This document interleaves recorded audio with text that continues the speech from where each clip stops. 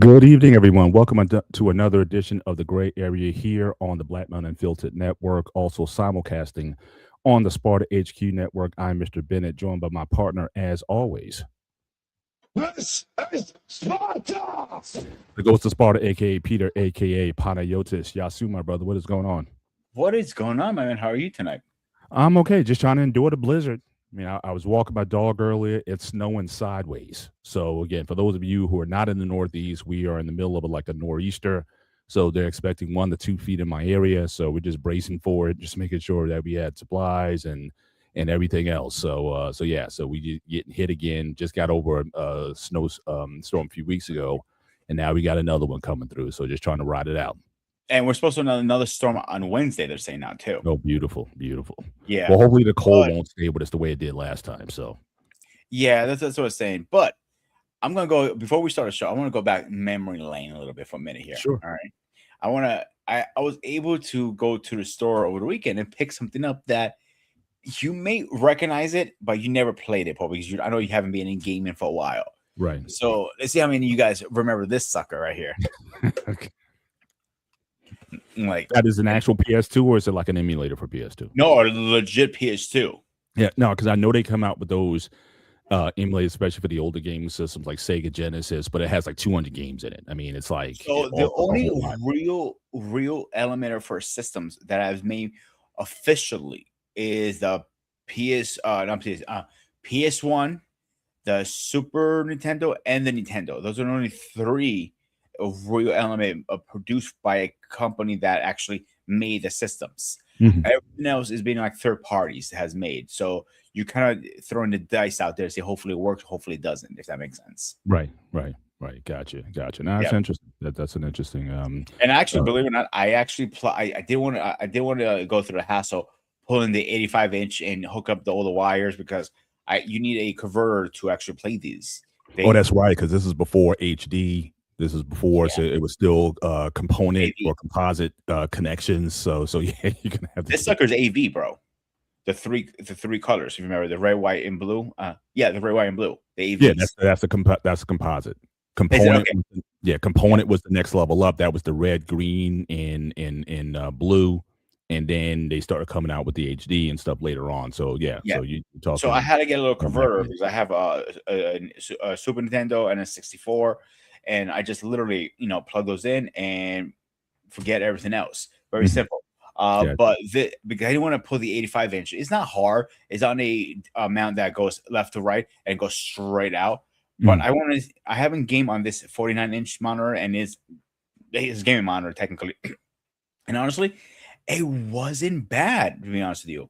And I thought it was going to hurt my eyes because, the old gaming style is different. It played pretty smooth for a 20-year-old system, to be honest with you.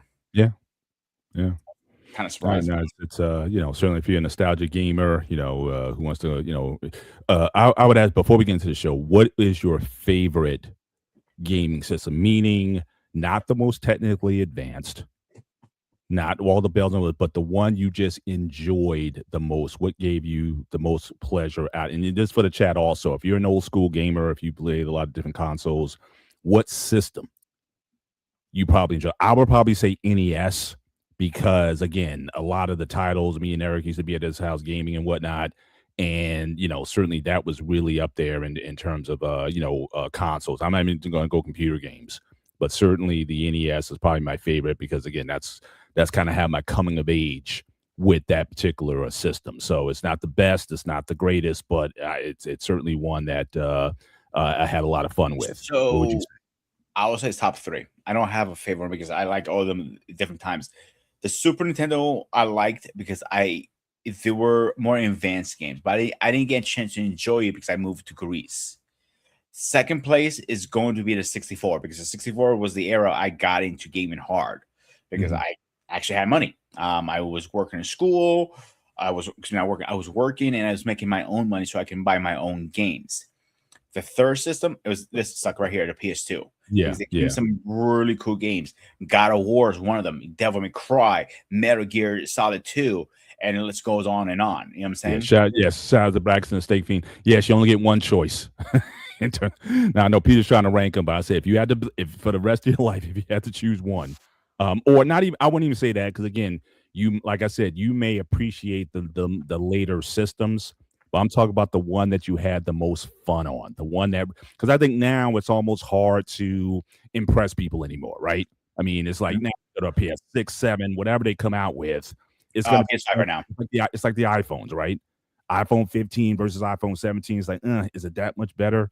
But Mhm. back in the day, you were making like big jumps in terms of you went from 8-bit to 16-bit. So it was always this advancement that you saw. It's like, wow, this is really cool. Now it's hard to impress people anymore. So that's why I'm saying your favorite. So again, the N64 certainly was certainly what his favorite. Eric saying it's a hard question because again, yeah, they all did. That's why we asked the tough questions on this show.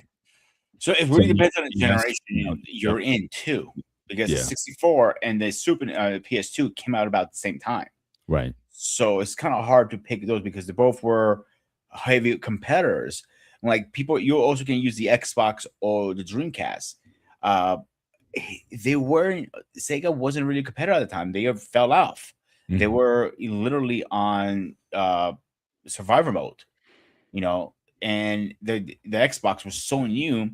They didn't have any exclusive. Whatever you played on PS2, you're probably gonna get on play Xbox. It's maybe one or two games. Like Splinter Cell was first released on the Xbox, Halo, and that's only two games I can think off my head. Mhm. But it depends what you're into. I was always more in a PlayStation fan because I Right. really did enjoy the games a lot more. Um, their exclusives are so good. It's but back then also I was really into the Nintendo 64 games, Smash Brothers. I mean, pod racing. A lot of Zelda. There you go, right there. A There we Crown go. Jewel. It's Mario 64, and the list goes on and on. Gotcha. Awesome. Well, again, we didn't want to go off a tangent there. Just came to our mind. I just want to ask him, Oops. especially since he brought the fact that he wrote a PS2 game, so that got me kind of reminiscing a little bit. Maybe save some of that. We got to show the hangout where we talk about old school shows, games, and all that. So again, maybe we can bring that up on another show on Oh the yeah, of hangout course. on I was the actually thinking Smart about HQ that. network. And Yeah. so yeah, we can definitely chop it up then. But again, just make sure again when you come in tonight, ladies and gentlemen. Yeah, make sure you hit the like button both here and hop on over to the Sparta HQ network and certainly show some love there for his channel. And also, you see scrolling at the bottom of the screen, you have certainly anything you want to give to the Black Men Unfiltered Network, certainly Cash App, Super Chat. You see the Cash App scrolling at the bottom of the screen, and anything that you want to give to us, you can certainly give certainly to our network as well, to our individual Cash Apps that is scrolling on the bottom of the screen. But yeah, man, let's get into this a little bit. So, what is your initial thought? We're talking about rings, especially wedding rings, engagement rings, and just that whole business. Last week we talked about Valentine's Day, and this is almost like an extension of the conversation. So we talked Mhm. about Valentine's Day. Is it about romance, or is it just a big rip off? It's just a money making. It's just a a capital thing. But what about wedding rings? Because I certainly have some personal stories. Certainly when it comes to that, and I've certainly when I've lost my wedding ring. I lost it about 10 years ago, and up to this date, I haven't replaced it yet. I've gone back and forth with whether or not to replace it or not. But just your general thought on wedding rings and engagement rings. Just if you just want to have an opening statement on that, how do you feel about the subject? I think it's kind of a bit of a must at this point in the world we live in. I'm not saying you have to get a high end one like 20 grand. I'm saying just a plain band. I think it's a little must kind of give you somebody's. I know at least when I'm speaking to a female, the first thing I check is her hands to see if she's married or not. Same. I used to do it when I was dating. Yeah. I don't know. I ain't gonna lie. I looked at the body first, okay, in the face, and then I looked at the hand. So she had a ring on it. So that was from back in the day for sure. Yes, you're right about that. The body's number one. Obviously, I'm gonna Body's check number it one. out. Oh, so I'm you're not gonna like waste me. See, some people are face people. Or body people. I'm a body first, then the time. face, then the ring. Some people are face first. They want a pretty face, or me. I was always give me the hot body, and we can deal with the face later on. But I'll take the body over the face every time. So yes, the body has something to do with it. I'm not denying that. The face, it has to be a combination of package here. It does, And and I'm not talking about extremes. I'm not talking about she don't have to be what do you call a butter face. I mean, she don't have to be she don't have to be ugly. I'm just saying, if you gave me a choice, I'd rather a better body and an average face. I'll say that, an average face and a hot body versus a pretty face and an average body. I think I'll take the body over that, but that's just me. So it's a combination with me, like I said. So once I establish, yes, I'm attracted to her. I gotta see, she has a ring on me. I don't want to waste my time if she's married. But a lot of people are not wearing their rings like they used to. Mhm. My rule when I was engaged is like, yo, yeah, your ring better not be coming off because I paid way too much money. And B, this is my way of saying she's my property, get the hell away, kind of thing. Not literally my property. It's a little joke. It's great. There's a little inside joke, all right? Okay. Like, she's off the market, in other words. I got you. Yeah. So, but I seen you wear those not the bands, like those workout rings. Well, and we're gonna talk about that as we get into the topic. So. But it's like at least in the Orthodox Church, it is a must. You know what I'm saying? Like, if you don't want to wear in my line of work, definitely, and this is where I become the bad guy at work, is the health department requires you to wear only plain bands, and women have an issue with that. The diamonds are very easy to break off. Yes. I literally just had a conversation 10 minutes ago with somebody saying, oh, but you wear gloves. Yeah, I wear gloves, but those gloves are thin. They break off. If the diamond breaks off, even the small ones, sometimes you have those small ones going around, that's a choke hazard and a half. Mhm. So that's why we only allow plain bands and in any kitchen in the United States. Mhm. So I just want to throw that little bonus out there. I got you. Now, Eric, again, I get it. The brain, look, you got to have an initial tracker to get you over there. I'm saying the body and the average face is going to get me there so I can find out if she has a brain. But I can't read her brain from 20 feet away. So I'm just saying that we're talking about initial attraction and what kind of gets you there that you even want to talk to a person first. But I certainly get your point. And obviously that's going to be important that you have any depth. But I wanted to sort of give a sort of a history of rings. And what's interesting is because, again, it was even in the conversation we had last week, that I see, especially with a lot of Christian people, they can get very dogmatic when it comes to things like holidays or certain traditions or certain symbols and whatnot, and they get very territorial to say, oh, well, anything that is of what they would label, and I don't even like the word as much anymore, but what they would label of a pagan origin, they automatically have a problem with it. And they then want to kind of get on this island saying, well, we shouldn't be doing these things because of their pagan origin. But when I dug deeper into rings, certainly for the Christian people, there's no mention of wedding rings. Now, there's rings in the Bible, but usually rings is about high-end people, kings and whatnot. They had like signet rings that signified their power and things of that nature.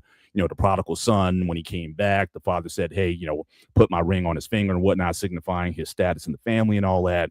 Yeah, but as far as wedding rings, it's not even in the Bible. But you have a lot of people who, think that they're so essential. And I'm not saying they're not important. I'm not saying they're not tokens of affection or love or your intent. I'm not saying any of those things. But when you look into the history of rings, if you want to cancel Valentine's Day because of its pagan origin, or some of the things with Easter, things, with the bunnies and the eggs and all that kind of stuff because of pagan origin, well, then you probably need to sell your wedding ring then, because the history and background of that is very pagan, or certainly doesn't come from a Christian tradition. And so, but certainly things have been adopted. I mean, the Bible doesn't say not to wear one. So my thing has always been, when it comes to things, if the Bible's silent on something, like if it doesn't have like a hard prohibition against something, or if it says that it's for something, then I leave it up to the individual. It's personal choice and personal preference in terms of what you decide to do.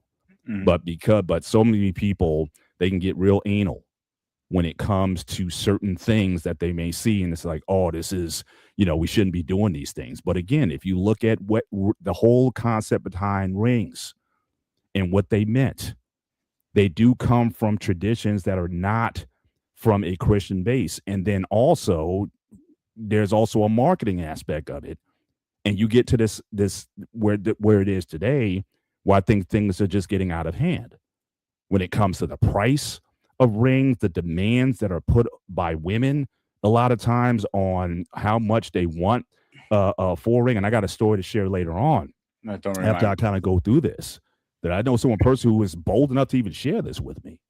That just sort of blew me away. Shout out to Lost in Translation, the Bill tonight. Good to see you tonight. But let's go into this. Let's do a deep dive into the history of the wedding ring.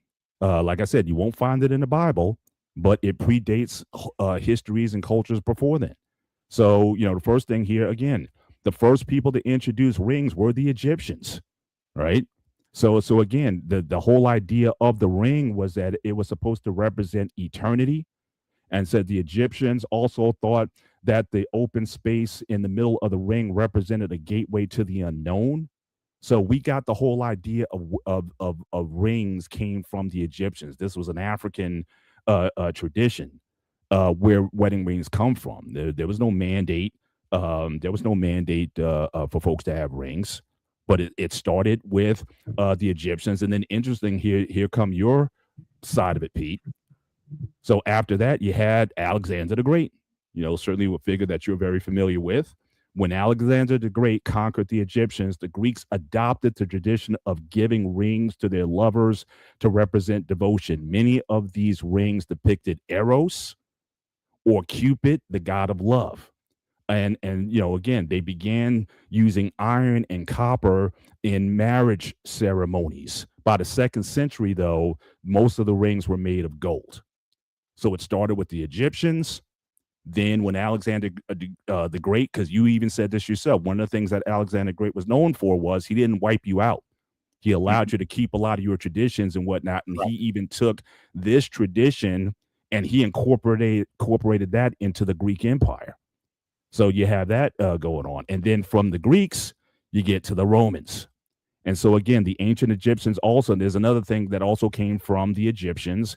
Ancient Egyptians believed that the forefinger, so again, your ring finger on the left hand contained a vena amoris or vein of love that led directly to the heart. The Romans adopted this belief and wore wedding rings on their finger.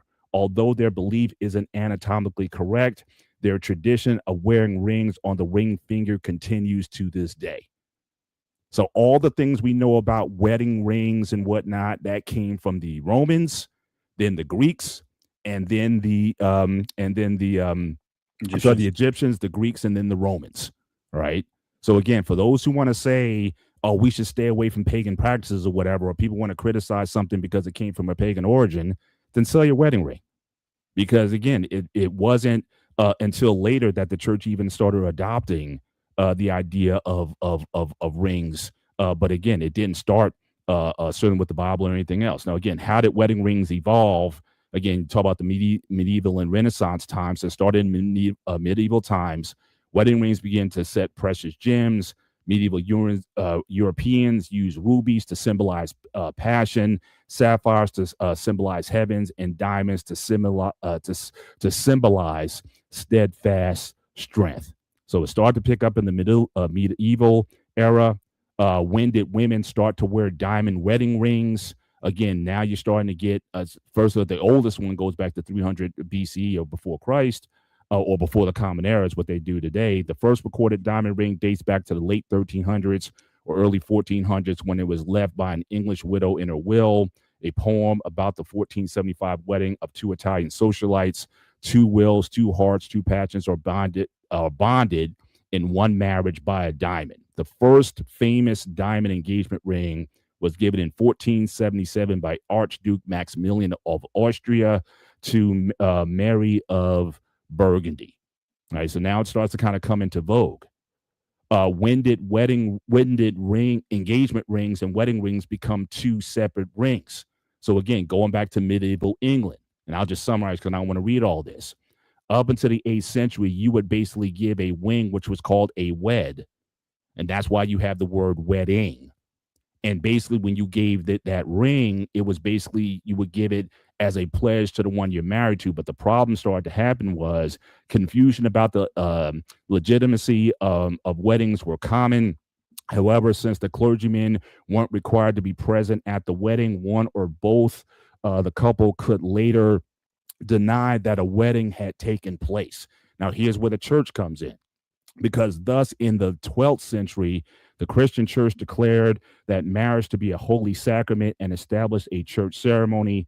Rings were part of the ceremony, and it became a rule that a man should not, that no man should place any type of ring on a woman's hand unless it meant getting married. It is possible that two different types of rings emerged when the church codified marriage: the more personal engagement ring and the church sanction ring. So they started to mandate that rings had to be given within the marriage ceremony itself, and that started in the 12th century. Now you're getting into more modern times. When did men start wearing wedding rings? Well, again, up until the past century, wedding rings were mostly given to women, although the Christian church promoted exchanging wedding rings as a way of keeping men faithful. Again, during dual rings only caught on in World War II, when American and English soldiers wore wedding rings as a way to remember their wives and sweethearts back home. So even with men wearing wedding rings, it wasn't until last century that it really started to come on. But usually it was the woman who got the ring. The exchange of the rings happened very late in the timeline of rings. And then again, how did diamond engagement rings become such a tradition? And now this is where the marketing comes in, because you had this company, all right, in the 30s and the 40s. You had this South African company, De Beers, right? At one time, they owned 60% of the diamond market. All right. So they in the depression of the 30s, they launched this campaign that promoted wedding rings and engagement rings, and diamond engagement rings in particular, because again, they were diamond merchants. And certainly it really caught on in the 50s. De Beers introduced an advertising campaign, a diamond is forever. And Marilyn Monroe famously said, again, diamonds are a girl's best friend. It became a household phrase. So what we know today about the cost of rings, the value which you should pay for a ring, all that came up through marketing and advertising, and De Beers was the company that was behind it. Now, again, the idea of how much you spend on a ring also changed. But before we get there, okay, so again, the whole idea, a lot of people didn't even have, prior to the 40s, you didn't give a diamond ring. That was kind of high society. So again, prior to the 1930s, presenting a woman with a diamond engagement ring was not the norm. On the eve of World War II, a mere 10% of engagement rings contained diamonds. By the end of the 20th century, over 80% did. As I remember, a ring used to be an heirloom. So a guy would take like his grandmother's or his great grandmother's engagement ring and give it to the bride to be as an heirloom, and to kind of keep that family structure. But then it started to change with all the marketing. They started to say that no, you should want more. You should get a diamond. And that whole idea, I mean, today, man, imagine today if you had your great grandmother, she had a ring. Imagine you that trying to give that to a fiance. How many women would even accept that if you tried to give an heirloom as an engagement ring, or a wedding ring for that matter? So again, yeah. So again, the marketing that started with De Beers. Now again, they're also the ones that started saying that in the 30s, they said that De Beers campaign, a single month's salary was suggested to spend on the ring. Now, in the 1980s, it became 2 months, and that is still prevalent today. One advert, a woman pouting, a scarf, a finger, a diamond, and the words 2 months salary showed future Mrs. Smith what the future would look like. And you want to take a look at those campaigns, there they are. All right. This is all De Beers. And basically what they were basically saying is it your woman worth 2 months of your salary if you want to make her your wife?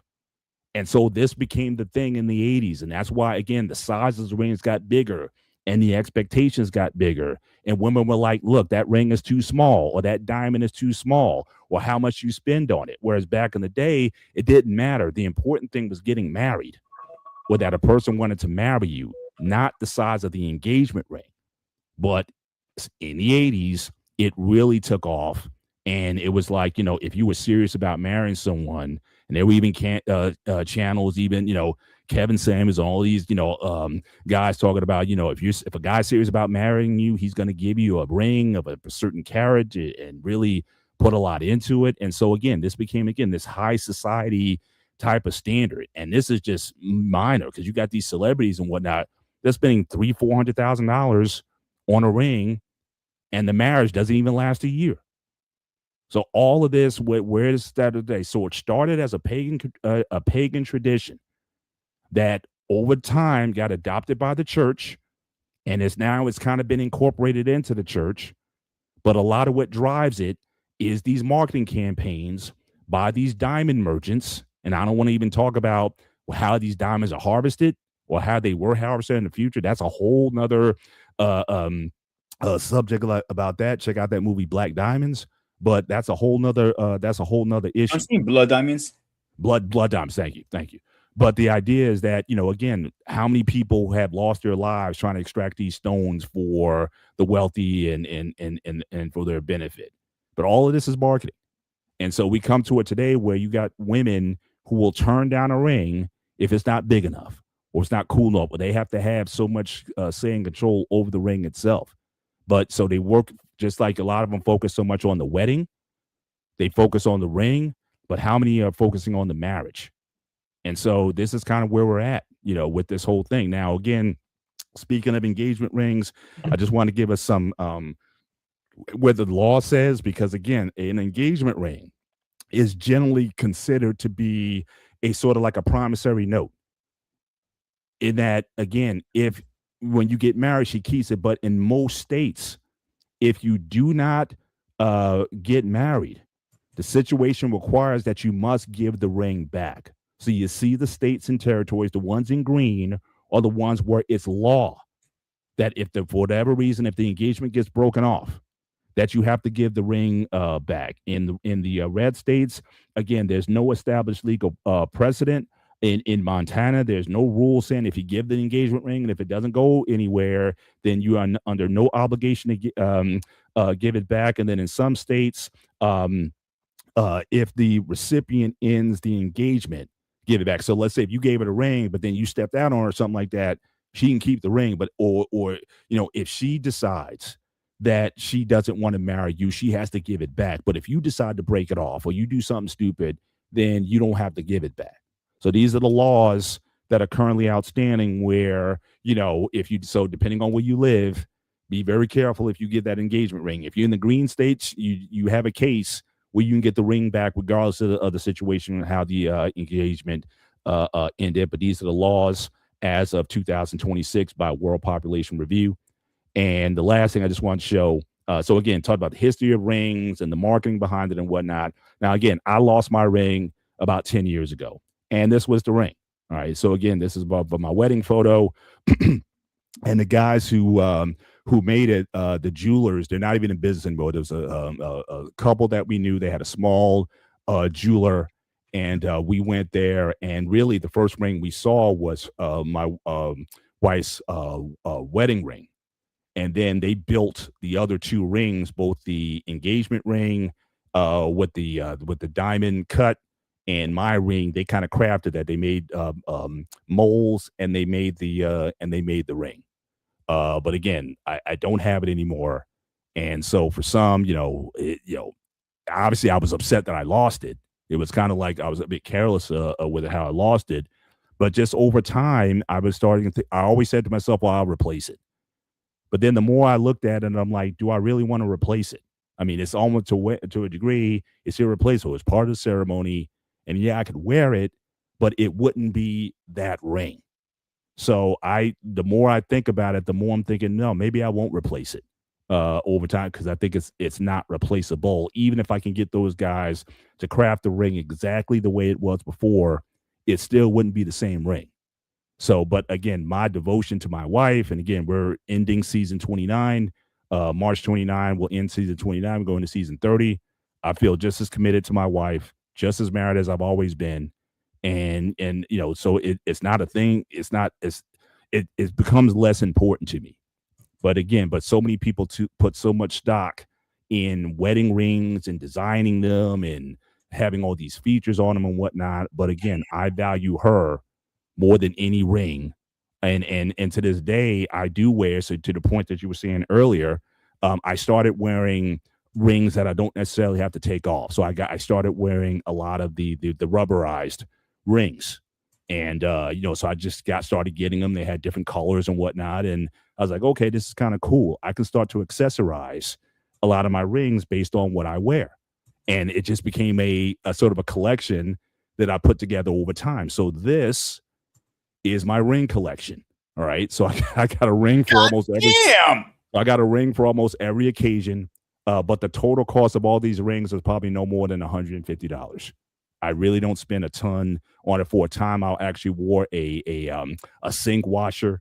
I just wore that just to have something because I didn't want my ring finger to be naked when we were out.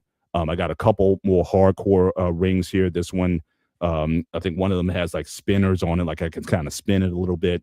But again, it really depends. If I want to go with an all black, again, this is a black ring, but again, it's rubberized. So again, I can work out with it. I can, I don't worry about washing my hands and taking it off. Like I said, this one here, this one, again, the middle of it, it spins, so I can kind of spin it. So, just whatever I felt like. If it's cool, I pick it up. But I mean, but this is kind of my ring collection. So yeah, I mean, am I still married? I think so. But for a lot of people, they put so much precedence into the engagement ring and the wedding ring and whatnot. They put so much precedent on that, the materialism of it, but there's no substance behind it. And so, so that's kind of where I am with it. I don't think it really matters. I don't care. Look, you can get a ring out of a Cracker Jack box, as far as I'm concerned. And as long as you guys are like if you guys are going to be ride or die, then be ride or die, and then all that other stuff can come later. But I'm kind of over it in terms of that. And again, for a lot of guys, if you are thinking about marrying someone, and if she's talking more about the ring, bless you. If she's talking more about the ring than not, then maybe she's not the one. She's not the one for you. But what are your thoughts? So I talked about it a lot. So if you want to talk about again the history, I have a lot to say Greeks, too. the Romans, and all that kind of stuff. So go at it. You can take it from here. So I don't think now that I'm older and a little wiser and more grayer, I don't think the ring it has much to do with the loyalty and the love of the other half, because I learned my lesson the hard way about that. So I told you guys before on the show, and I told you in private, I was engaged before, and my first engagement I did not spend for a ring. My second engagement I did. The reason I didn't get the first one because it was short lived. It was literally before, as fast as we got engaged, as fast as it ended, if that makes sense. Mm-hmm. So the second one, I said, when I said to myself after the first one ended, when I find the right one, I'm going all out. It's going to do the first one wasn't engaged. I didn't get on one knee or anything like that stuff. Mm-hmm. It was kind of like we're looking to like, we've been together for a while. Don't we just like, get the next level? Hey, sure, why not? Something like that. So the second one, I did it the correct way. Like I knew I wanted to be with her. I knew I was in love with her. I knew everything. So I went to the store, bought a ring. Oh, if I tell you how much money I spent on a ring, you're probably going to throw your shoe at me right now. Well, just say how much. Again, did you follow the De Beers rule? Again, 2 months salary, or sometimes 3 months salary. I mean, was it 20K? Yeah. So don't throw your shoe at me, please. Wow. Nah, I mean, look, I don't pocket watch. You guys know me. I don't pocket watch. What you decide to spend on, what you decide to spend on. But I'm just saying, for me and my value set, if that was a condition, then I would certainly have some concerns. But again, if you got the bread, if you got, if that's what you want to do, it's your money. Now, if you ask me, I'll give you my opinion. But that's your call, bro. It was stupid spending that much money on a ring. I'll be honest with you. Mm-hmm. It should have been like, if I had to pick a number, Like everybody I talk to, like most people I see spend them. They're about like between 5, maybe 10 grand tops. Nothing more than that. Mhm. So Yeah. it should be around that marketplace. But I went all in. I jumped in head first. I wanted the best for her. I wanted top of line for her. Everything then. So when I went out to K Jewelers, and they can customize the ring the way you want it there. Yeah. And because they gave me a big discount too, because it was my first time buyer, first time engagement, first time this, open an account with them. It was like everything you can think of, I opened up to get a discount. And I did save a good amount of money too. Definitely got insurance on it. Gentlemen, get insurance on the ring. You never know what can happen. Those damn diamonds. And for the longest time, every time she took her ring off, I used to flip out. Like, yo, why is your ring off? Oh, I'm doing this. I'm doing laundry or whatever. This is before I found out she was cheating on me too. So to me, it was more about the symbolization of my love for her on the ring. Because I put my time and effort, my hard work, money, everything to have it. Like it was a symbol for me, if that makes sense at the time. Yes, the ring it should be on, but it's not end of the world if she takes it off. Like in the Greek Orthodox church, when you get engaged, you go through a whole ceremony, not like a wedding, but it was probably somewhere like bless the engagement. And usually they both wear at least if you can't wear a woman can wear a diamond ring, a man and woman wear at least a plain band. Usually. And she, I got myself, we got a plain band. When I used to work out, I used to take my ring off and put it in my gym bag. Right. It was painful to work with that damn thing on. Yeah. Like I said, that's why I went to initially to the rubber silicone type of ring because flexible and you're right. It's not going to get damaged when you're working out. So yeah. So mine was like a plain like we didn't spend a lot of money. I think it was like $150 tops. Nothing crazy. $150. Nothing crazy. Because I knew when the actual wedding happened, the real ring would be more valuable and everything. But the biggest thing I did wrong was when we broke up. I could have taken that ring back and I didn't, because I thought we were breaking up for different reasons. I thought we were breaking up because we couldn't have kids. Need to find out later on she really was cheating on me the whole time and she just wanted to jump ship. So making sure the price is right is number one. Something to make sure you know who you're buying the ring for is definitely a keeper. Like in your case, your wife was a keeper when you married her, right? Yeah. So that's why in this market with women, it's kind of hard too. Let's be honest, Paul. When you're dating is Russian roulette. You don't know what you're getting really till you put some time and effort into it. Right. So getting the ring, I don't think you should get an engagement. Again, I know we may disagree on this, Paul, is a minimum a year. A minimum a year. I think it's more than that now these days in 2026. Well, for most people, it's multi-year engagements. I don't believe in long engagements. I think when you give an engagement ring, it is basically you're making a promise to marry within a year. So again, with planning, it can take up to a year, but again, by 1 year from this point on, we're going to be married. At least that's the way I went into it. I wasn't going to be engaged for 3, 4, and 5 years. And I've known people like that. And I've also known people that, again, you break up. Because I think, over time, you just think, well, the longer you delay it, it's more like, well, we got to get married. We're engaged. We're a couple or whatever. You got a ring on your finger, whatnot. I mean, what are you complaining for? But again, marriage is not saying until you go all the way through with it. Again, engagements are a dime a dozen. At least certainly with in my community, Black women, a lot of them get engaged. Few are still make it to the altar. Because again, it's you're not necessarily focused on the right things. Well, a lot of people think, well, I'll give you a ring to kind of keep you, but they still don't have necessarily a commitment to marry. That sometimes guys will give a ring to think, okay, well, this will kind of keep you quiet for a while, whatnot before bringing it up. But there's no intention to marry, and so but guys will just do it just to keep things as they are, because generally guys like things status quo. We kind of like things the way they are. And but again, that doesn't work. I think long term. So really, yeah, I wouldn't push it out more than a year.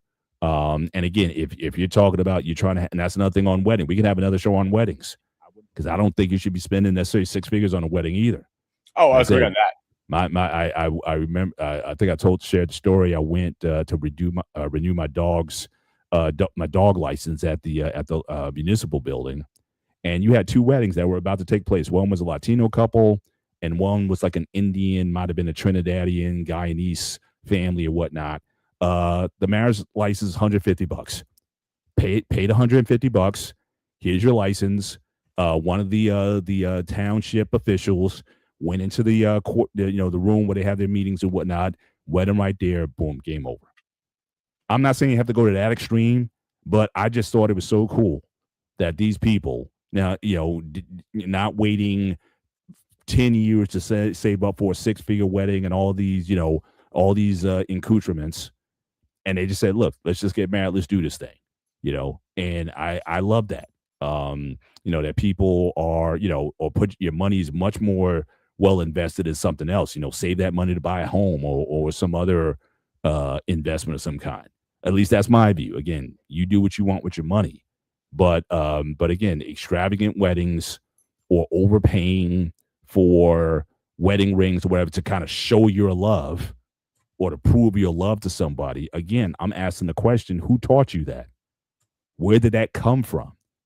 And I hope we all see tonight where it came from. That came from De Beers, a South African diamond merchant that launched a massive campaign that said, if you truly love her, you'll spend about 2 months' salary on a wedding ring if you truly love her.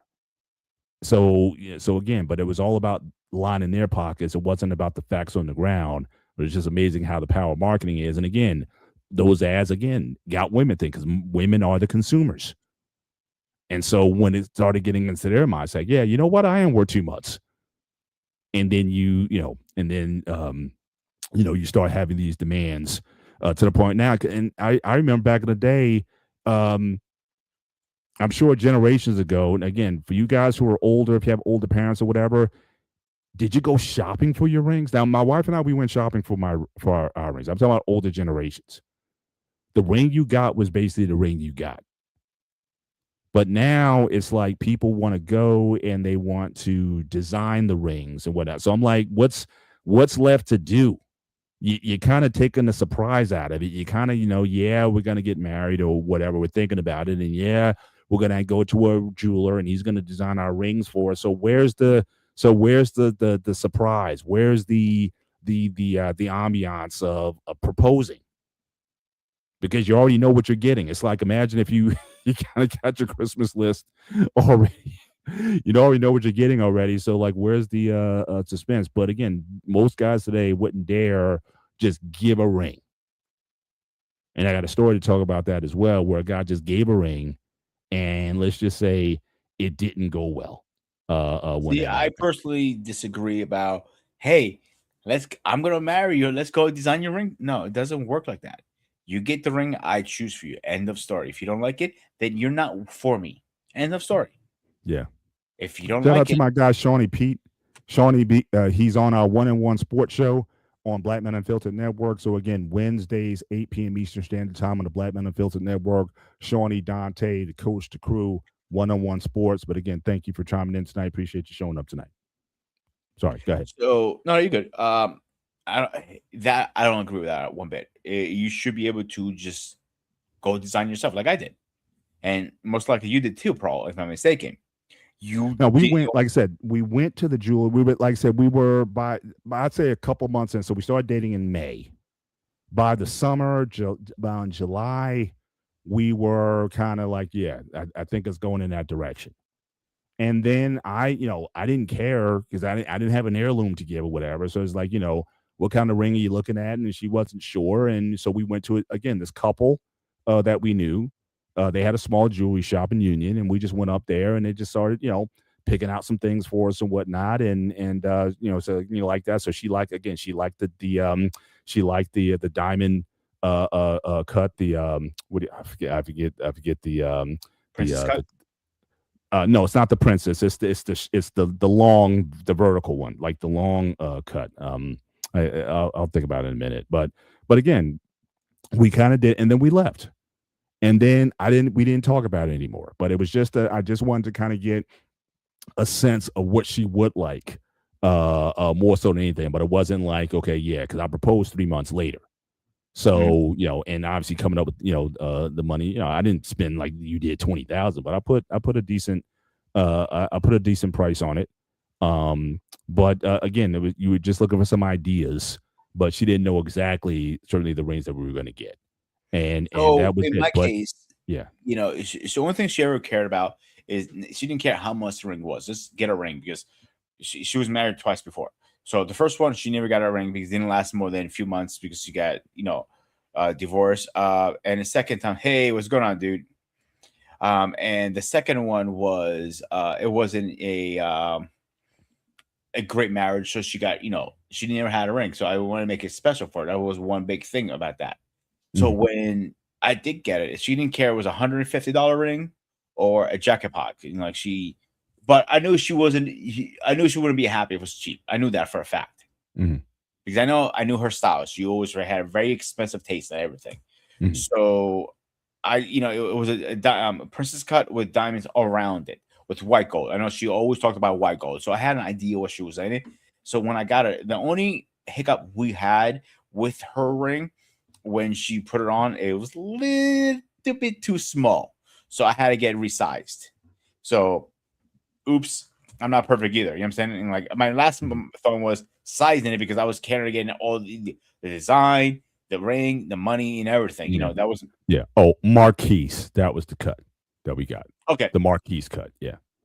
And so where like I said earlier, what I did wrong is one, I spent way too much money on the ring, and B, I didn't get my ring back. So yeah, lesson learned the hard way. Right? And I've been called stupid multiple times about this story. So that's you right. can go ahead and So guys, again, know the laws in your state.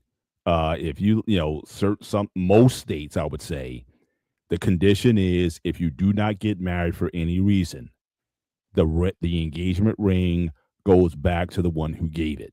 That's the law. Now, in some instances, it's if she decides not to get married, she has to give it back. But if you break it off, she doesn't have to give it back.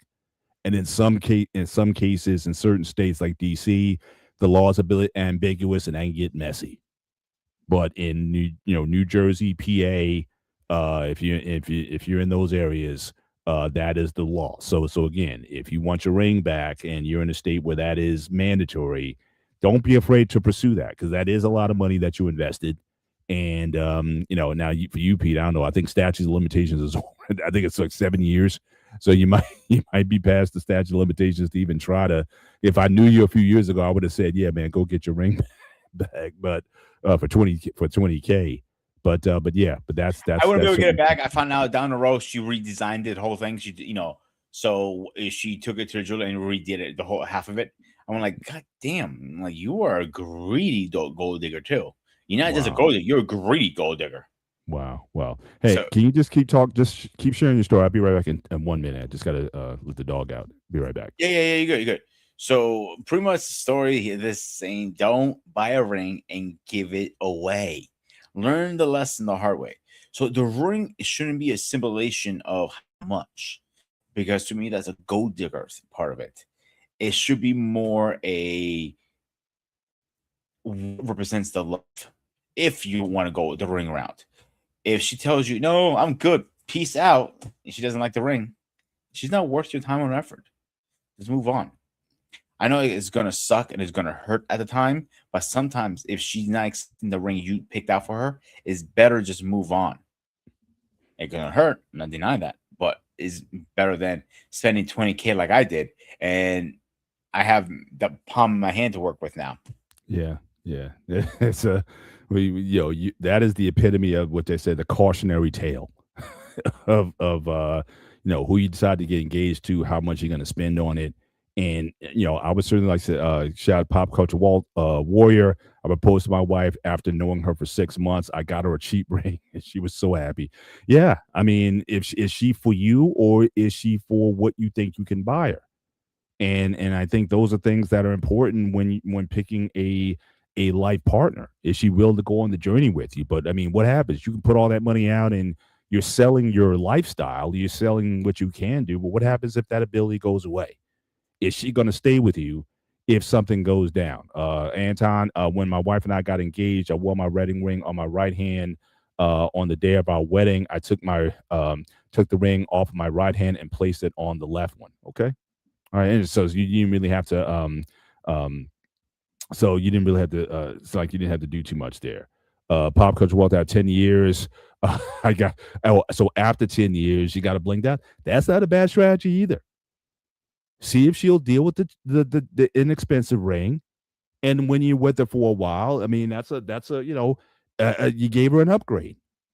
There's nothing wrong with that. I think that's a smart move to make also. Um, is to see that that she's going to be worth it long term. So again, that's a great strategy that I didn't think about.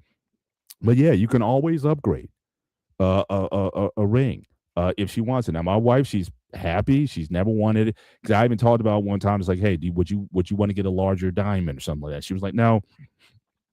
She's very content with it. It's just over a carat, like 1.07 carats or whatever, and she's happy. I mean, it doesn't, she doesn't need any more bling to it, so to speak, and she just, she's good with it. Oh, it goes back to what I was saying before.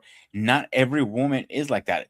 Your wife, Mrs. Pop Culture Warrior, for example, is like that too. There are a lot of women who don't care how expensive it is. It's you put the time and thought in it. If you only pay 5K, let's say 5 grand for it, they're gonna be happy about it. If you only Mhm. put only $150 into it, they'll be happy with it. It will didn't matter how much money you dropped into it, is because you put the time and effort to think about them and you Mhm. processed it. You didn't just go, okay, meeny, miny, mo. You just picked like a $20 ring off a catalog. No, you put time and effort and think about it. Mhm. And Yeah. honestly, like Amazon has some nice rings out these days too. Yeah, yeah. I mean, there's all kinds of online ring makers. Now they're making these rings out of like stone, volcanic stone, or what. I mean, really nice looking rings. Very handsome rings that they're making them out of now. And I know like people are moving away from gold and silver. They're doing like the black onyx rings right now. I mean, that's a pretty popular sort of selection. So yeah, you have options. But let me get to the story. So there was a woman that I work with.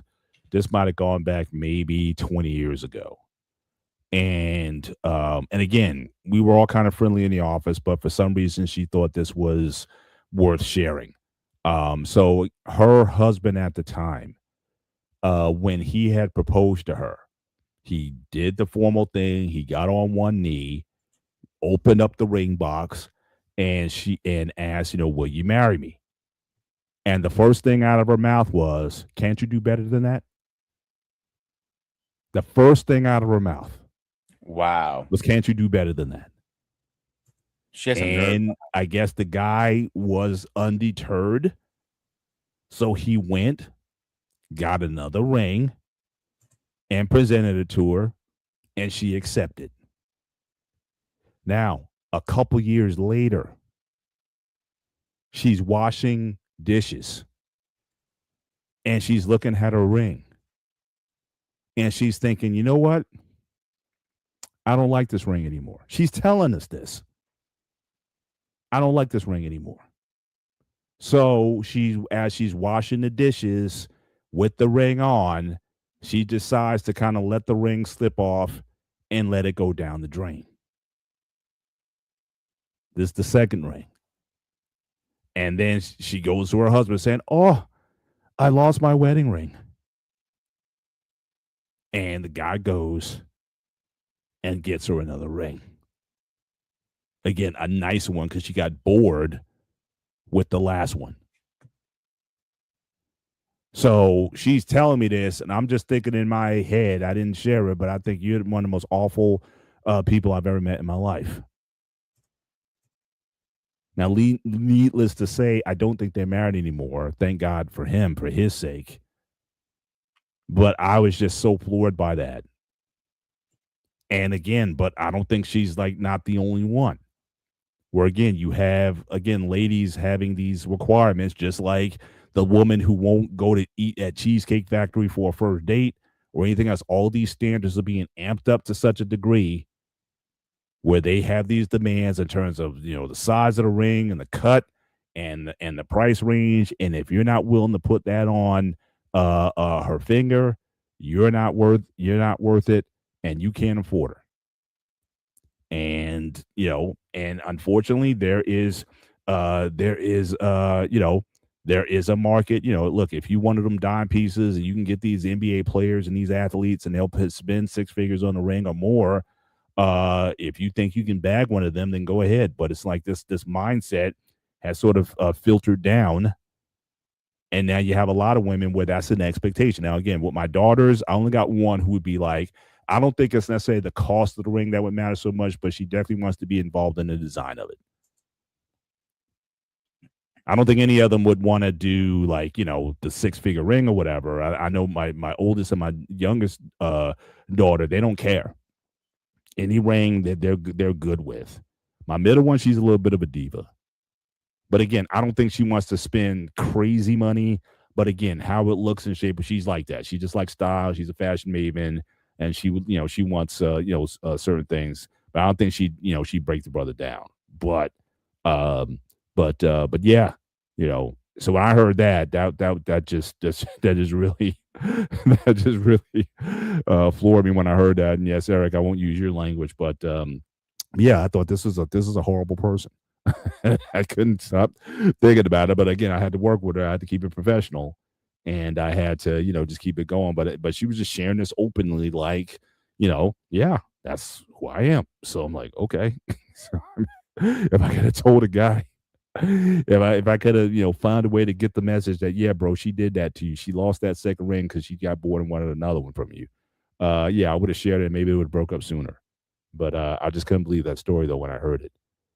Anton, it says one company that makes wedding bands from In Ridge. Yep, I've heard of that company. Another one that makes great selection is Groove Life. I've bought from them, but usually I use Kalo, Qalo, is oftentimes what I've used to buy rings with.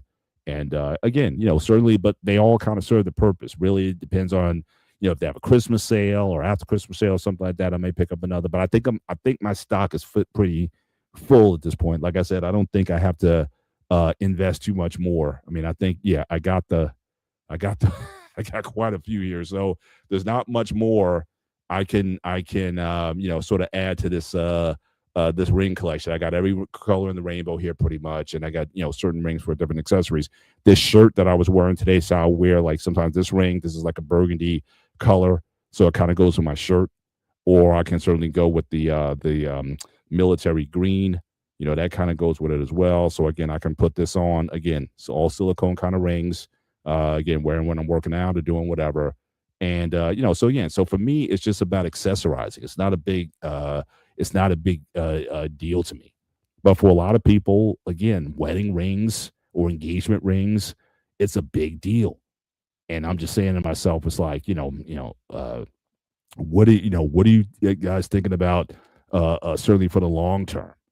And like I said, I do think, it's romantic when you can say, oh, well, this is a ring that my grandmother had or something like that. And you want to present that. I think that's a beautiful thing. But again, I can't think of too many women who before that today, that they have these expectations of it. But if you can find a woman who's not so caught up on what the ring is or whatever, then yeah, maybe that's the one for you. But if she's too materialistic, she might not be the one for you. When you need to drop all that money just to make her happy, I don't think it's worth it at that point. I learned my lesson the hard way. That's all, half of my, relationship was like, oh, I want this, I want this, I want that, I want this, I want that. And a couple times I looked at like, wait, what about me? I need clothes, I need shoes, I need this. It's rare when I had to spend money, and that was an argument. Like, oh, you don't really need this. You're always working. Like, yeah, I kind of need clothes, like I need new work shoes. I'm wearing the same shoes for a year. Like work shoes, I should not be wearing more than 6 months because how much I'm wearing them. Yeah. But the point am I trying to get to is, do you really want to be with someone like that, Paul? I thought, let's say you were not married and it was like that. You were in that situation.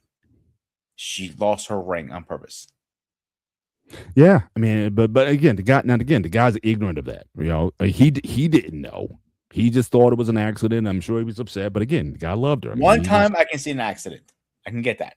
Mhm. Second time? A third time?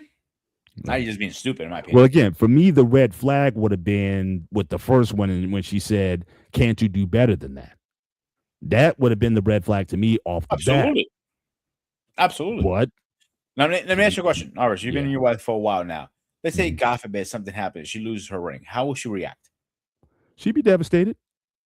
She'd be devastated. I mean, like I said, me, I think I've outgrown it. I think certainly I was pissed with the initial loss of it and whatnot, and it really kind of bothered me for some time. And that's why I was thinking about should I replace it? Should I replace it? And but again, the time was never right for it at the time because again, I was my kids had $20,000 of braces in their mouths, so it was like other priorities had always taken place, and she was kind of pipped for some time that I did lose it. Um, but again, we got over it. I mean, she's not someone who kind of holds on to things, certainly for too long. But she's very attached to her rings, though. She loves her ring. She loves doing the bet, bat it out, just show. Oh, here's my. She used to do this all the time. It's like, oh, here's my, yes, I'm married. I'm off the market. Here's my rings and whatnot. And ladies saying, oh, that's a nice ring. So, for I know early on she used to do that a lot. But yeah, I think she would be her, but we get over it. Or like in her case, like if she wanted another ring, then I would have no problem in getting her another ring or another set of rings, if in fact that did happen. But me, I think I'm much more removed from it in that it's not going to affect me one way or another. Doesn't affect how I care about her. Doesn't affect I, in my case, like our marriage, like I said, I don't feel any less married whether I have a ring or not. But I do like going out and I do like having a ring on. I do. But it's not for any. It's not even for like any Christian kind of thing or like any kind of religious thing or what have you. It's just a mark. It's just a sign. It's a sign you're off the market, pretty much. Yeah. And that's it. Now I do know you do have some predators out there who actually look for wings, right? Men and women. Like I trust me, I've gotten more compliments as a married man than when I was single. And I remember one time I talked to Mandrell about that as well. He's like, when he got married, it's like all the women coming after you. It's funny you said that because when I was engaged, that's what it's the exact same thing happened to me. Like when like people that they wouldn't give me a second chance in life, all of a sudden they're like hitting on me, like, yo, like, what are you doing after this? I'm like, going home to my fiance. You should stop by and help me, move the couch. I'm like, no, I'm good. Yeah. Like, it was a lot of it. Like, just because this was on my ring. Yeah. I know someone said because basically you were chosen. And again, a lot of people they get if someone decides to choose you, then there must be something to you. Whereas if they don't see a ring or whatever, it's like who wants you? You know what I mean? So again, I've seen again guys in the chat. If you've been married, Anton, you've been married for a minute. Was that the case with you? When did you get more attention when you had a wedding ring on than when you didn't have a wedding ring on? Did that happen to you as well? Sometimes, dude, I just want to get like a $50 plain band just to experiment if this actually is a thing. If you have a ring, all of a sudden all these women come attracted, and I'm like, wow, this is a powerful ring. Yeah, but then I know dudes. Now, again, I've known some predatory dudes who go after married women because in their mind, they believe it's safer. In that they don't want anything for you. Like if she's single or whatnot, she wants to cling to you, she wants to marry you, she wants to, be with you or whatever. The married, the wayward wife, she just wants to fling with you and that's it. She's gonna go back to her life and family and whatnot. You're just a plaything for a while, and a lot of guys look for that. So again, they're not looking to have anybody committed to them, whatnot. So for some guys, I think it was even a James Bond quote. He was like, I only like to get with married women. I think it was in Casino Royale. He talked about he basically had a thing for married ones because again, there's in their minds there's a security that's there, that they only want the sex, and then once it's over, then they go back to their lives, or you go back to yours. So I have seen some guys, or if they see a ring, it's like, look, that don't mean nothing. They gonna ask, you, gonna follow up, are you happy? Yes, I see you're married, but are you happily married though? So I've seen those kind of exchanges also, where folks will just be dogged and determined. But I think it can happen for men and women. They see you and how you operate and whatnot, and they'd be like, oh, he must be a keeper. So let me shoot my shot and see, if he's really happily married or not. So I've seen it both ways, bro.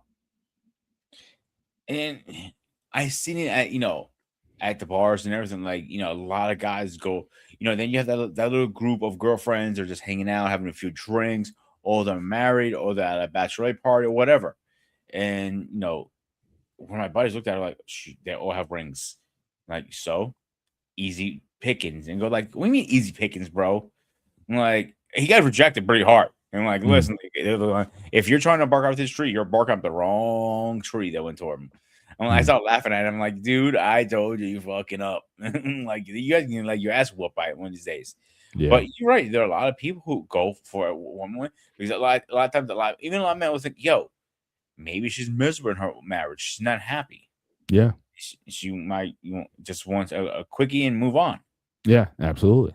Yeah, things like that happen. Maybe the husband can't perform; he's a good provider, but he can't please her or whatever. So she just wants to, kind of get her, kind of get her jollies, and then go back to married life because he's good everywhere else. And I think this is a great point that Anton makes. Is like, yes, that yes, he does get more hit on with his reign, because women see it as the one thing that they're seeking, which is stability. So again, your attraction quotient goes up quite a bit when you are married, and so so that's also something that comes with it. But yeah, I mean, if my wife wanted to to upgrade or replace a ring or whatever, certainly I don't mind doing that. But like I said, for me, like I said, if I can get if the Thanos snap and the ring just magically appears and whatnot, I'd be happy. But it doesn't rule me. It doesn't. So, Paul, you didn't say how you lost your ring. We was at like an event or concert or something like that. I went to the bathroom to wash my hands and whatnot, and came back. And again, with that ring, and it was a big ring, so you had to take it off. I was always, I would wash my hands, 4 or 5 times a day. So you take it off, wash, put it back on or whatever. But sometimes you're not in a hurry, you're trying to get back to something or whatever.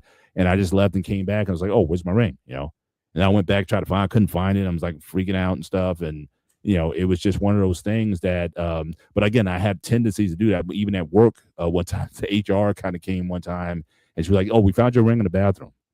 So it was like, so I had to, and then she gave me like the dirtiest look ever. It's like, I can't believe you lost your ring, So she was really pissed at me when I did that. But again, it wasn't malice. It wasn't, something I was looking to do. It just happened. It just happened, yeah.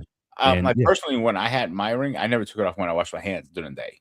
Like, the only time I took it off when I got home, do a thorough cleaning, what I'm saying? Because, other bacteria builds under it. Yeah. But I never lost it when I was with her for. Like I said, mine was so thick, like I couldn't even close my hand completely. Like it was wide. So like even trying to like do this, I couldn't do that with the ring on. If I did, it would hurt. That's how wide it was. So again, washing your hands. Yeah. What's that? You guys got 2 big earrings, didn't you guys? Yeah, I mean, the guy, he just sides up. He took that one ring and he just built off it. He built, like I said, my ring, and he built the wedding her wedding band off of the main ring, and it had diamonds in it. It had about 8 diamonds across the top, and like I said, it was a really certainly I appreciate the ring. In fact, what I probably should have did was, now I don't mind wearing it with a chain. You know what I mean? So instead of having around my neck. Yeah, exactly. A lot of guys do that these days. Yeah. So, I mean, to me, that's an option that I would certainly would have considered, because now I started wearing, again, I went through a period where I didn't wear any necklaces or chains or whatever. And then I kind of went back to kind of started doing that again. So, yeah, so that would have been a nice option if I could have taken advantage of it.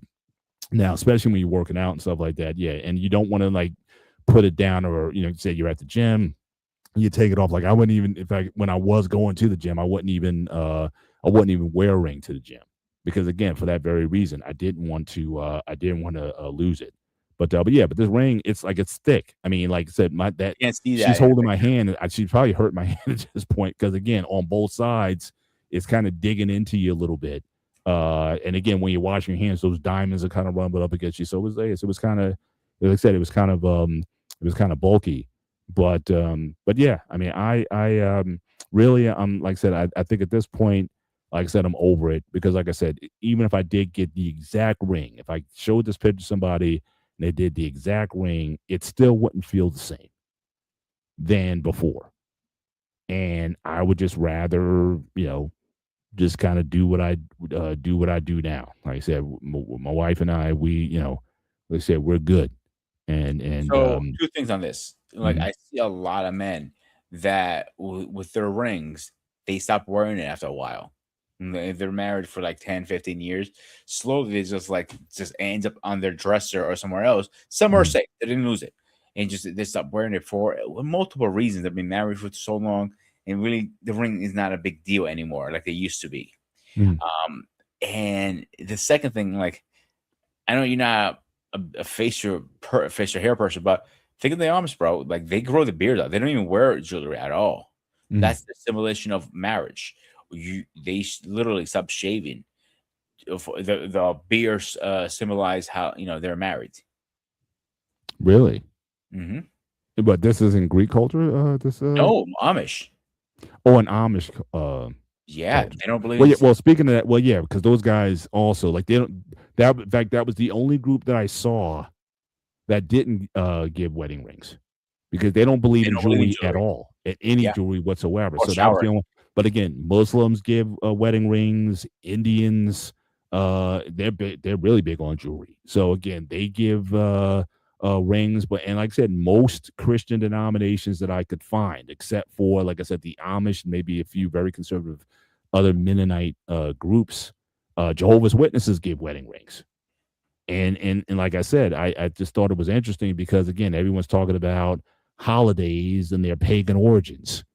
But as we saw tonight, I mean, these came from a pagan type of place. You had an earlier commenter, and he had said that he had heard that they were given, this one user, shout out to HDAM 3587, as I've heard.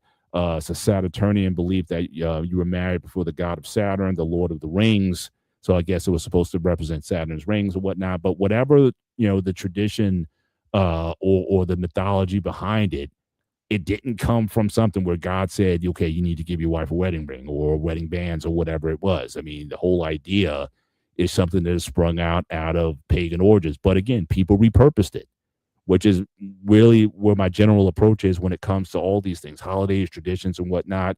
Again, unless there's some sort of hardcore prohibition against it, then I don't see a problem with it. But just like anything else, never take anything to excess, because it's not. So, so Eric, I think he was put off. I have a good night, Eric. He wasn't happy with the he was submitted. I guess that last story that I told was the last straw. But thanks for stopping all through tonight anyway, though. But yeah, but it's like anything else, what holidays you practice or what cultural practices that you do or whatnot.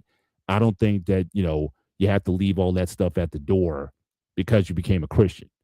And you're like, well, if it's not in the Bible or whatever, then we don't do it or something. I mean, there's people who are like that. But like I said, wedding rings aren't there, yet people do them.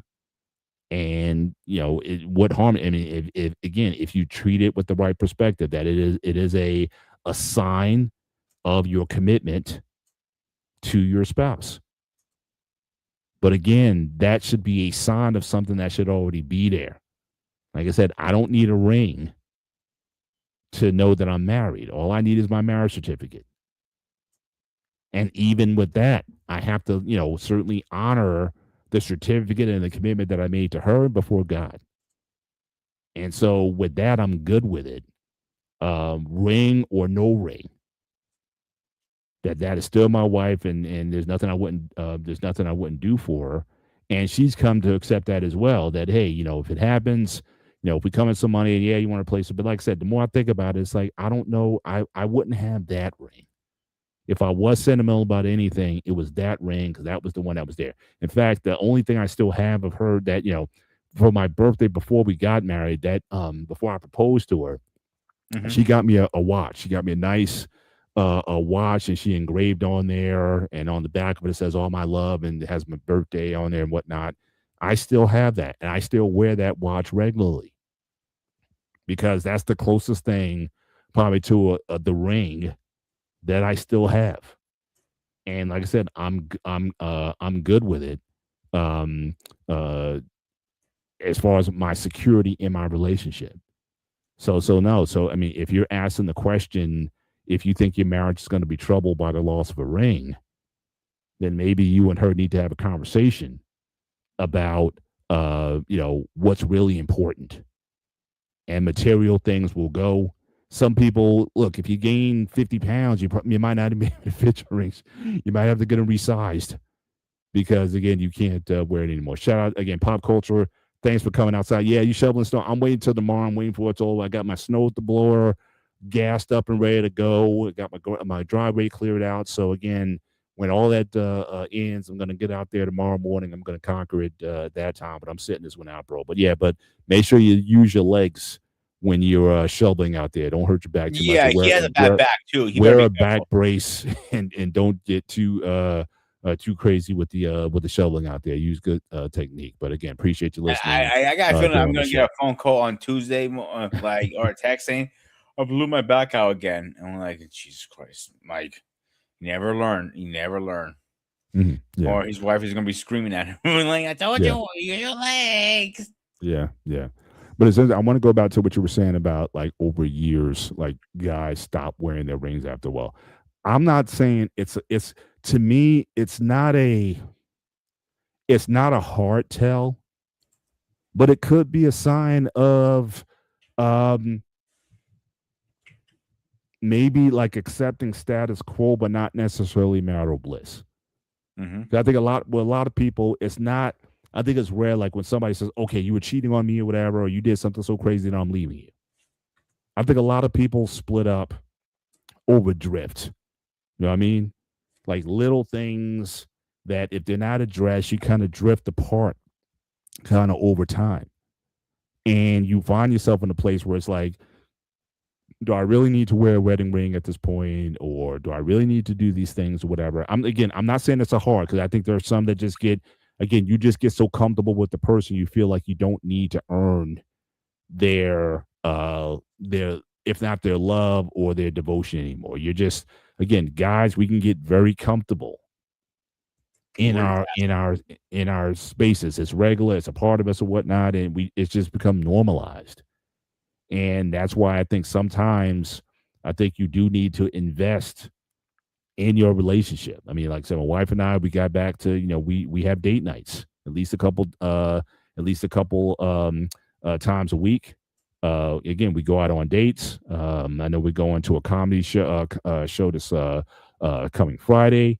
And so I mean, we still put time in to be together and whatnot. So I still believe in dating as long as we've been married. There's nothing wrong with putting that kind of time into each other. You still got to get dressed up, and you want to look nice. I want to look nice for her. She wants to look nice for me. We want to be the hot couple or whatever. And again, but we do get noticed.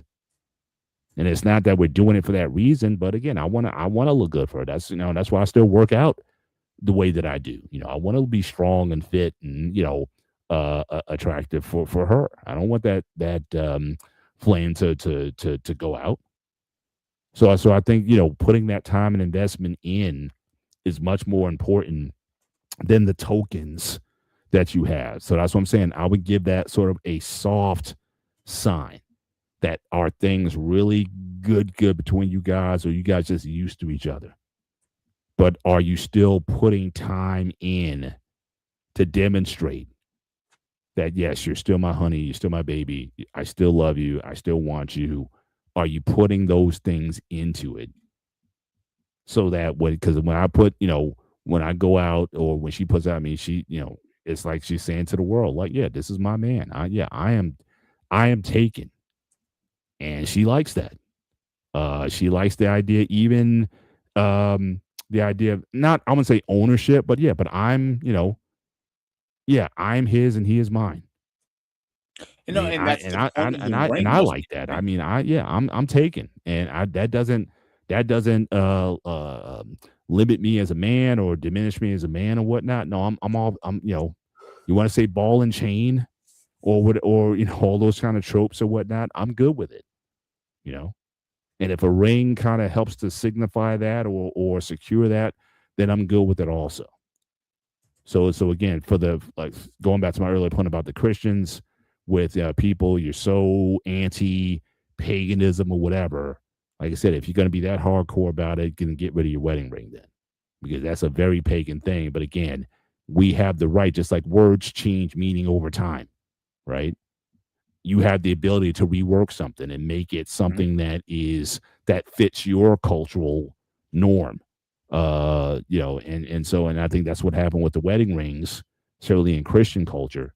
And again, like I said, I got no problem with it. But when you start putting the signs over the substance, now you may have a problem. And overspending, not thinking about the future, not putting in about, commitments, as my man Sean was saying earlier. You're going to spend all that money on a ring and a wedding. What about the house? What about, just investments? If you want to have a family, starting a 529. There's so many different things that you can do with your money.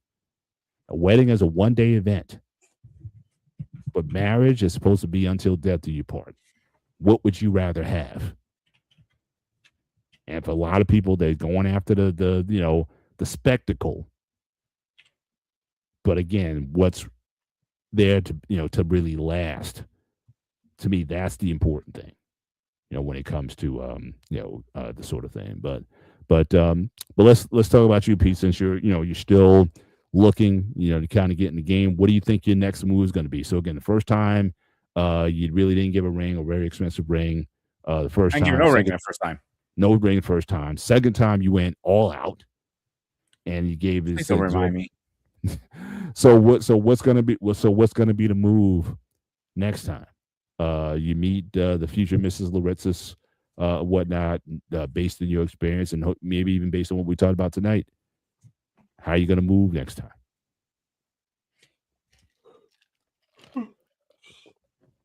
Sorry.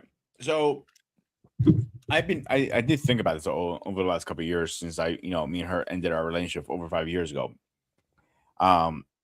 Is it 5 years? Yeah, I think it's 5 years. Whatever. I don't care.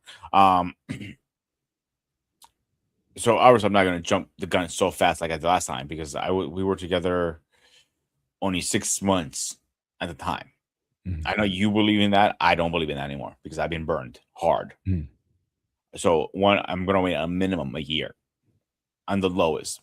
Try to push it off even more if I can. Sure. Second, you can find some decent rings online now for the same cut, same everything. And they're cheaper online, like an online jeweler, to be honest with you. So something I spend $20K on, I could get it for $10K, half the price. Online jeweler. And I'm not talking about Amazon. I'm talking about the other companies. If you type in engagement rings for women, yeah, there's so many. You just have to make sure you get the right size. That's the only thing. And they're 10K calories, 2K, 5K, whatever. You know what I'm saying? So I might look in that route, to be honest with you. Get online instead. Shop around a little more. Because I really didn't go to different jewelers. I went to Case immediately. Because, from what I asked around, like, that's one of the best jeweler places you can get. Yeah, not doing that this time. I think I'm going to shop around a little more this time. Right. But even still, I mean, you would still spend $10K for yeah. Not now. All right, so again, so what kind of limits are you I think a maximum I think is a decent price is like probably like from talking to all my friends and everything. Nobody has spent over 5K on their ring. Nobody. I think that should be the maximum with insurance and everything. I'm talking about. I think Right. 5K is a very fair number. Mhm. 20K is literally a car, almost a car, if you think Mhm. about it. Yeah, for sure. So yeah, I would never spend that kind of money like that again. Right. But when you And you're comfortable with that, because I would say, like, why not spend 500, 1,000? I mean, what more with that extra 4K? What would that represent or mean to you? Um, in a relationship, 1,000 for versus 5,000. What is that all representing, both for you, and what do you think it means for her? for me, it's just the simulation. She's off the market, like I said originally. You know what I'm saying? Right. Uh, but like we know now, that ring really means shit anymore these days. People will go after it no matter what. Right. So why then, like I said, so why spend 5,000 when you could possibly spend 1,000? If I can find the right ring for that price, I would. I don't have a problem with that. Right. If I found an exact same ring, one is from K's, one from online shopper, one is 5K, one is let's say 115. All right. Mm. I'll go for the one online. I'll just go to the store, get it sized up. That's the only difference. Right. And tell them, Right. I'll be back later. Right. Ding. Sign here. Yep. Perfect. Good. Yeah. That's And it. what if the woman that you're with, um, if she has preferences, would you have the conversation first in terms of, Of course. hey, I'm thinking it's going this way. Are you going to talk about it? You know, what she wants, what setting, cut. Does she want the white diamond? Does she wants the smoke diamond? Does she wants the rose gold? I'm a I mean, big like I said, there's believer. so many options now. I mean, is how much would you want her to be part of the process of selecting her next ring? Because to me, the more I think about it, like I said, I took my wife more so just to kind of get, a just an idea of what, her kind of taste would be, what she would like. Like I said, and we tried on several rings. She liked the marquee cut, and she was good with it after that. And like I said, we left it alone. It was just kind of get some ideas. But now it's like when couples are going and they're going to the designer and just all that extra things. I don't know if I would do that today, honestly. I just think that it's just way too much on the style over the substance. I'm like, I'll wear anything. Look, I'll wear, I don't need diamonds. Like the ring that I had, you could have put cubic zirconium in there, Mhm. and I would have been good with it. Like, it didn't, because I'm getting her, I'm getting the marriage, I'm getting the family, I'm getting all that. This, as much as I miss it, if it was cubic zirconia in there instead of those diamonds, it wouldn't change anything for me. So that's what I'm saying. So, what does $5,000 mean to you in terms of what you think you're giving? Or if you, like I said, if the ring was $1,000, or if you set your limit, I'm only going to spend $1,000 on a wedding ring, and that was like your hard cap. Could you get there, or why does the 5K number still kind of resonate in your mind? Because it seems like from what I'm hearing, the 5K number seems to be like, yeah, like that's a good number, or like you said, based on what your friends have told you, that's what the number should be. But why is that a sticking point for you in terms of a I lower don't think it's a threshold sticking for a point, ring? Paul. I'm just throwing a number out there right now because I'm not there. Right. I just blab the number out. I'm like, I'll say 5K. It's what I see they usually go for. But I Right. seen them recently, even when you were talking, I was just doing a quick search to see how much they're going for. I'm just curious. I seen them up to fucking what's it called it, $1,500. I seen them 500, 600, 800. Yeah. Okay. All right. I just Right. threw a number So out. you're not fixated on the price. You're just general ballpark, but Yeah, you're very ballpark. comfortable with Yeah, like if I know she's the one, it wouldn't make a difference how expensive the ring is. mhm, It's coming from the heart, and because I love her. mhm. That's what should be more the symbol behind it. Yeah. Yeah. Because why would it make a difference how much the price of the ring? Simple. Except Yeah. she's planning, throw them in the curve later, and she's going to sell it off to make money. That's the only time it would make a difference. Yeah. Shout out, I got And Shawnee Pete. I good. think if she gives you a preference, Men just have to be determined to see if it's feasible. You want to give her a good ring, but you don't want to go broke behind it. Absolutely. Facts. 100%. Like I said, general guidelines, and they could be just in casual conversation. Maybe you're looking at a magazine with a De Beers ad in it, and it says, "Oh, look at those different cuts of diamonds. Which one do you like?" I tend to, I like the marquee, I like the diamond, I like the certain cuts or whatever. And you basically just kind of keep a mental note to yourself as far as, okay, she likes this. Okay, noted.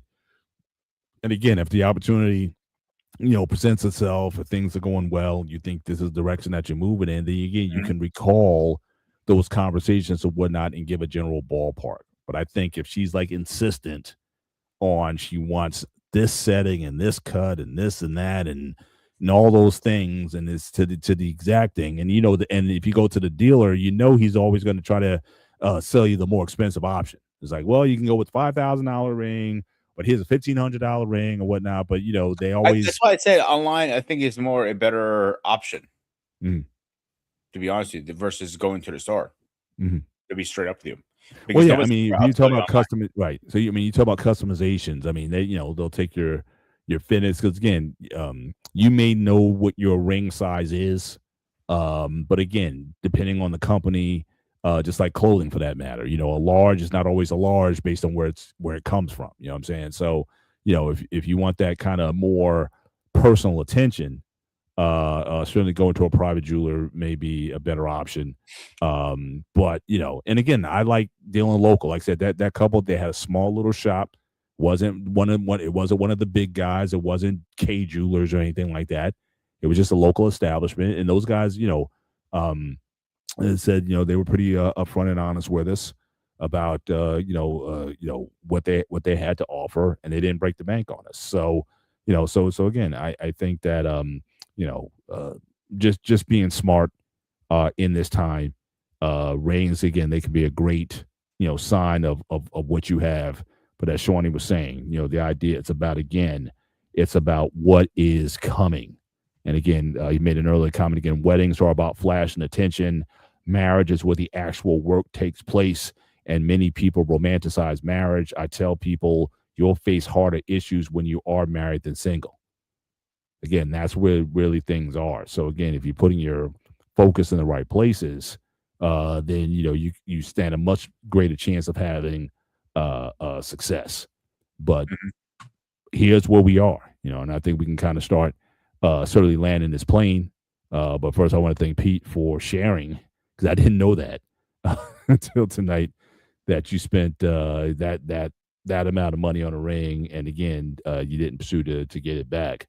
Those are stories in themselves. But like as I said earlier, gentlemen, I mean, if you are interested in knowing again the rules in your state, again, I'll just show them once again. So again, the areas in green, so again, I know Shawnee, you're in Texas. So in Texas, in purple, again, you get the ring back only if she breaks off the engagement. Whereas the ones in green, if it just doesn't go through altogether, the ring must be returned. So again, know the laws that are in your state, and then the ones in red, they don't have any established precedent. So you may or may not get it back, depending how it goes. If she just wants to spite you or sell it or destroy it or whatever it is, So if you're in any one of these states, definitely know the laws, and then proceed to proceed with caution in terms of how you move. But yeah, Texas, yeah, she has to break it off, assuming that you gave her the ring in order for you to get the ring back. So just be mindful of those laws in your state. But like I said, I don't think this has to be something that people should overspend time on.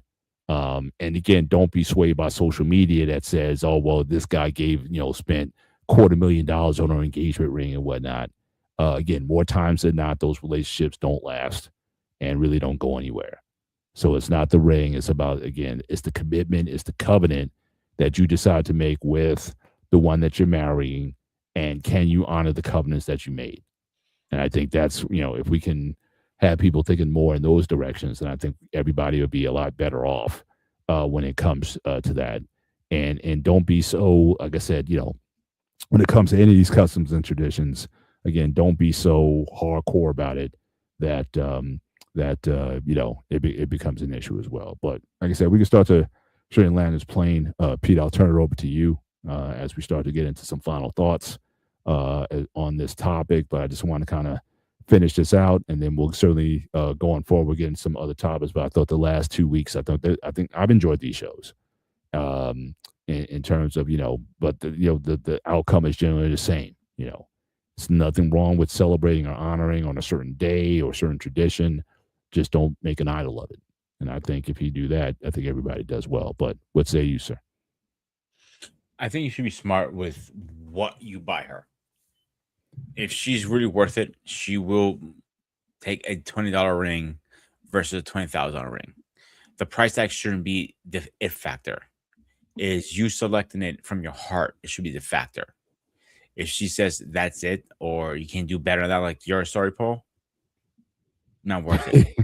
She's a gold digger. You should go buy her a shovel and present that for a ring instead. Give her a shovel and start digging. And that's it. Yeah, I hear you. Well, again, we certainly want to thank you guys for being with us tonight. I think we can certainly land a little bit early tonight. The goal is certainly to keep the show in the 2 hours. But, again, appreciate you guys hanging out with us. Appreciate Shawnee, my guy Shawnee. Again, make sure you follow us, 101 Sports, here on the Black Man Unfiltered Network, Wednesday nights at 8 p.m. Eastern Standard Time. We will go over the world of sports. So, again, we got the Combine coming up next week. We just had the Team USA hockey. Shout out to Team USA. Beat Canada for the first time to win Olympic gold. First gold medals for the Team USA since 1980. In fact, the same day that they won back in 1980, they captured the gold this morning. I watched the game this afternoon, because the game came out at 8 a.m. in the morning. I was in church, so I didn't get a chance to see it. So again, going to chop that up about Team USA and the future of certainly U.S. hockey. Hopefully, I got Anton. He's a huge hockey fan. Look out for him because he's going to be dropping hopefully some shows real soon, and he's going to be talking about certainly hockey. He's a huge hockey fan.